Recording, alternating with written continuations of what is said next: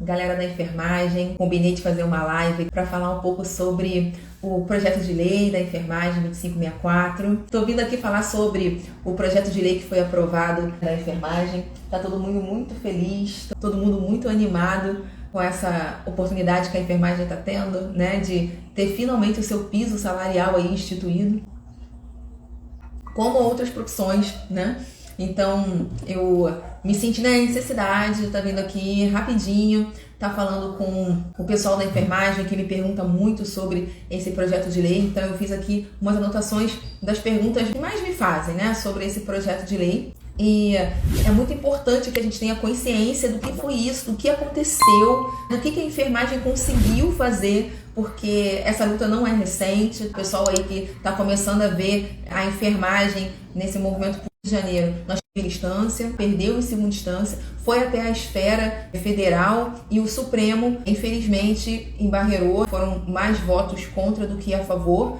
E nesse momento a gente ficou de mãos atadas, né? Muitas empresas já se adequaram aqui no estado do Rio de Janeiro, conseguiram se justificar e conseguiram judicialmente esse ganho, né? De não pagar o piso. Mas é um pouco incoerente, né? Se algumas empresas conseguem pagar o piso, qual é a justificativa de outras empresas que têm lucro em cima de lucro, batem meta em cima de meta, dizerem que não conseguem dar o mínimo de valor para a equipe que mais trabalha, que mais dá lucro para eles? Mas tudo bem, nós conseguimos uma mobilização política em esfera nacional. Foi muito lindo o que nós conseguimos fazer, todos os estados do nosso país se mobilizando, se articulando politicamente, ouvindo seus conselhos, ouvindo as suas entidades, e aí a gente conseguiu fazer uma pressão política. O movimento político da enfermagem conseguiu fazer com que fosse votado, com que primeiro fosse para o Senado, depois fosse aprovado na Câmara dos Deputados Federais. E aí agora sim, gente, agora sim a gente conseguiu, com muita luta, a gente conseguiu fazer história na enfermagem brasileira. Então, assim, é muito legal a gente estar falando sobre isso. Isso tem que ser enfatizado. Nós temos aí mais de 600 deputados federais, se eu não estiver enganada. Nessas últimas décadas aí, gente, foram mais de 10 projetos de lei tentando lutar e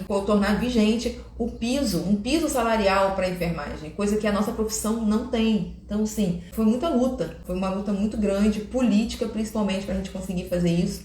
E, na verdade, não foi nem um projeto de lei por um deputado que foi aprovado, tá? Foi um projeto de lei por um senador que conseguiu fazer com que esse projeto de lei andasse, e com o apoio de várias entidades de classe da enfermagem, esse projeto ele foi em votação no Senado, foi aprovado no Senado porque muitas lideranças da enfermagem bateram na porta lá dos gabinetes dos senadores, foram sensibilizá-los, conscientizá-los, orientá-los sobre a enfermagem. Só vou tentar deixar aqui registrado quais são os próximos passos agora, após a aprovação desse projeto de lei do piso salarial da enfermagem pelos deputados federais. Agora o Arthur Lira, que é o atual presidente, ele vai precisar enviar isso para o presidente, então ele tem até 30 dias para enviar isso para o presidente Bolsonaro, e aí tem os próximos segmentos.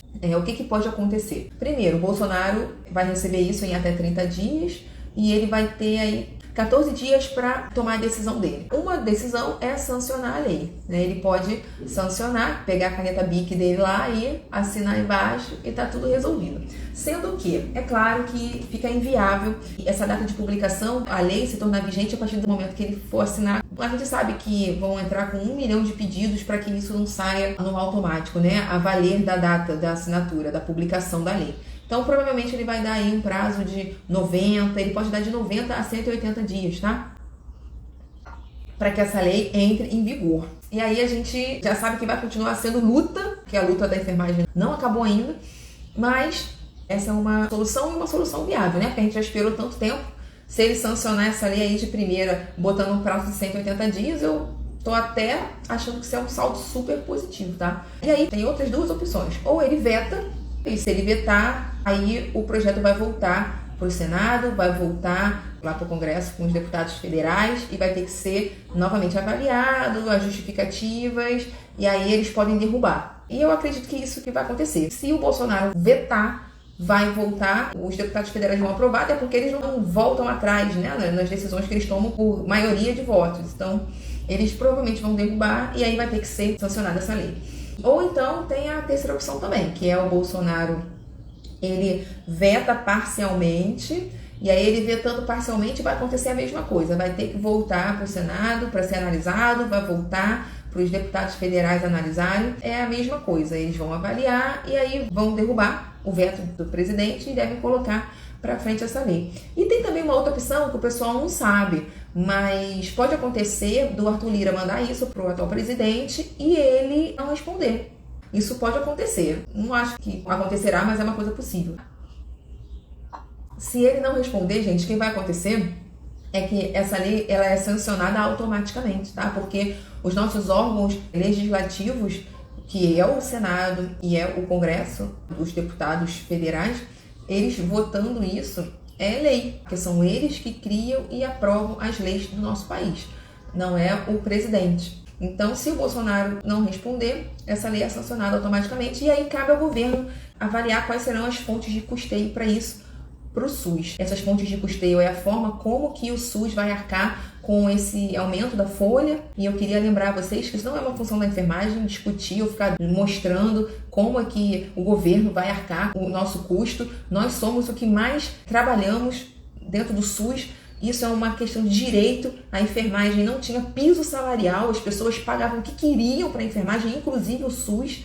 E isso é inadmissível, a gente não pode aceitar isso. E é muito pior o prejuízo se a enfermagem parar, se a enfermagem fizer uma greve, se a enfermagem decidir se mobilizar como está conseguindo se mobilizar, se articular como está conseguindo se articular e decidir parar. E muito pior, gente, é parar por estar doente, por estar morrendo, por estar entrando em crise. E a gente tem que mostrar isso, temos que botar nossa cara cansada para eles enxergarem o que nós estamos passando. E não podemos aceitar mais esse tipo de situação. Então, isso não é uma função nossa, nossa função a gente já faz. As fontes de custeio, quem tem que pensar nisso é o governo, vocês estão lá para isso. Nós colocamos representantes políticos lá justamente para isso.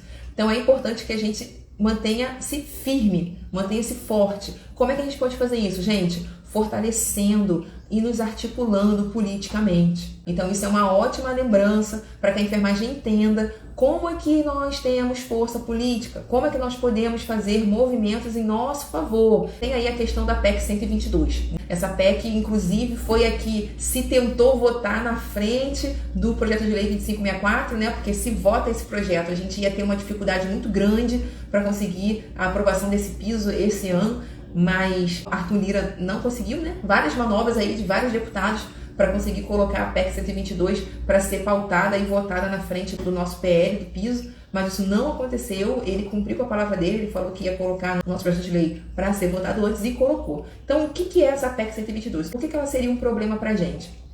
Essa PEC, gente, ela fala que coloquem uma emenda na Constituição falando que os municípios eles não são obrigados a aceitar aumento de gastos nos municípios por uma demanda da União. Então, o governo federal, ele que dá as diretrizes no SUS, principalmente, de como que a saúde vai ser realizada lá na ponta do município. As diretrizes vêm todas da União. Essa PEC 122, ela estava tendo muita briga pelos secretários de saúde, pelos prefeitos, porque eles não querem aumentar o custo deles por uma ordem da União, do governo federal, e serem obrigados a trabalhar ali, aumentando, onerando ali os gastos.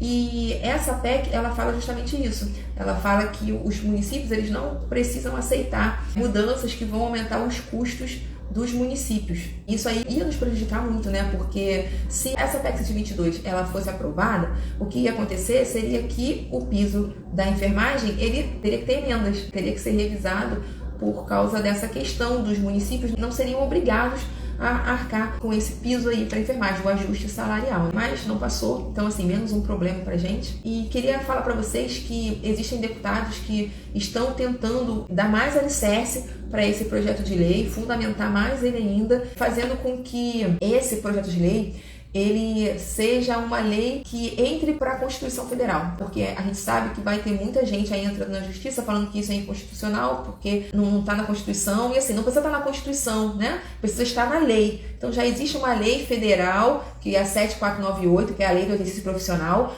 Esse projeto de lei 2564, ele complementa essa lei que já existe, do nosso exercício profissional. Então, assim, não tem como juridicamente eles ficarem inventando abobrinha, falando que é porque não está na Constituição, mas como a gente sabe que isso é possível, a senadora, a Elisiane Gama, ela já está fazendo uma peça que sugere, ela indica, eu acho que é a PEC 11 de 2022, que ela já elaborou, aonde ela insere esse projeto de lei dentro da Constituição Federal. Então, olha que máximo, né? A gente está aí conseguindo articulação política, conseguindo movimentação política em prol da enfermagem. Então, isso, gente, é um fato histórico. É uma coisa maravilhosa, assim. Valorizem as entidades, valorizem as pessoas que vão pra rua, as pessoas que fazem movimento, que lutam por você quando você está no seu plantão e você não pode ir, quando você tem um compromisso sério, inadiável, que você não pode brigar pelos seus direitos. Tem pessoas que estão fazendo isso por você, principalmente os conselhos profissionais, as entidades, os sindicatos, os movimentos.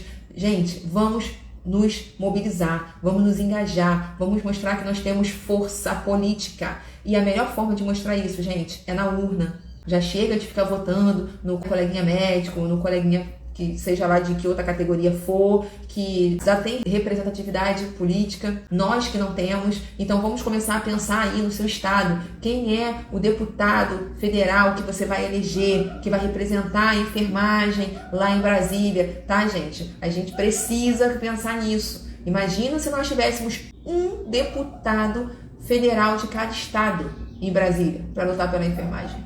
Eu acho que a saúde nesse país ia ser outra. Ia ter um outro movimento de SUS, a gente ia entender o que é gestão de saúde, o que é gestão, o que é humanização, o que é utilização adequada de recursos, porque a enfermagem sabe fazer isso tudo e faz. Nós temos muitos exemplos de secretários municipais de saúde que são enfermeiros, que fizeram grandes transformações na saúde do município.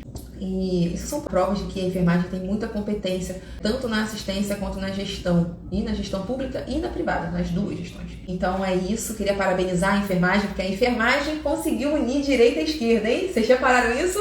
Repararam? Que eu reparei. Nós não tivemos polarização nessa discussão. Olha que coisa fantástica, né? Essa coisa subjetiva que o povo adora colocar, né? Os bons contra os maus, o lado negro da força com o lado bom da força, direita e esquerda. A enfermagem se uniu, independente de ideologia política. Nós sabemos que a enfermagem precisa de apoio, independente do lado que for. Eu queria agradecer muito a esse movimento maravilhoso. Todo mundo votou em prol da enfermagem. Vamos mostrar o quanto que a enfermagem é nobre, o quanto que a enfermagem cresceu, amadureceu, o quanto que a enfermagem tem potencial, tem qualidade, presta um serviço diferenciado, humano, ético. E um recado também para a galera da enfermagem, gente. Vamos lembrar que a gente não precisa de um piso salarial para ser bem sucedido. A gente pode muito mais com a enfermagem. Eu tenho isso por experiência, eu ganho mais do que isso com a enfermagem e muitos enfermeiros ganham. A gente não precisa de um piso. Claro que existem municípios aí de profissionais que agora vão ter os seus direitos, o seu piso decente, mas a enfermagem pode ganhar muito mais, tá, gente? A enfermagem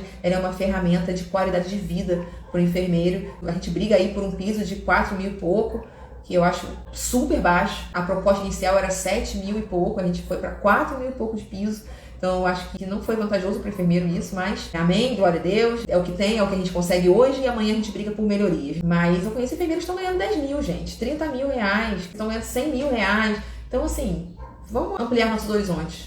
A gente pode muito mais do que isso. Então não fica se prendendo, se desesperando para alcançar esse valor, não. Se planeje, organize a sua vida. Faça como eu estou fazendo hoje. Organizando a minha vida, planejando a minha vida para ter um conforto financeiro que vai muito além do que o piso salarial. Se eu posso, você também pode. Foi um prazer estar com vocês.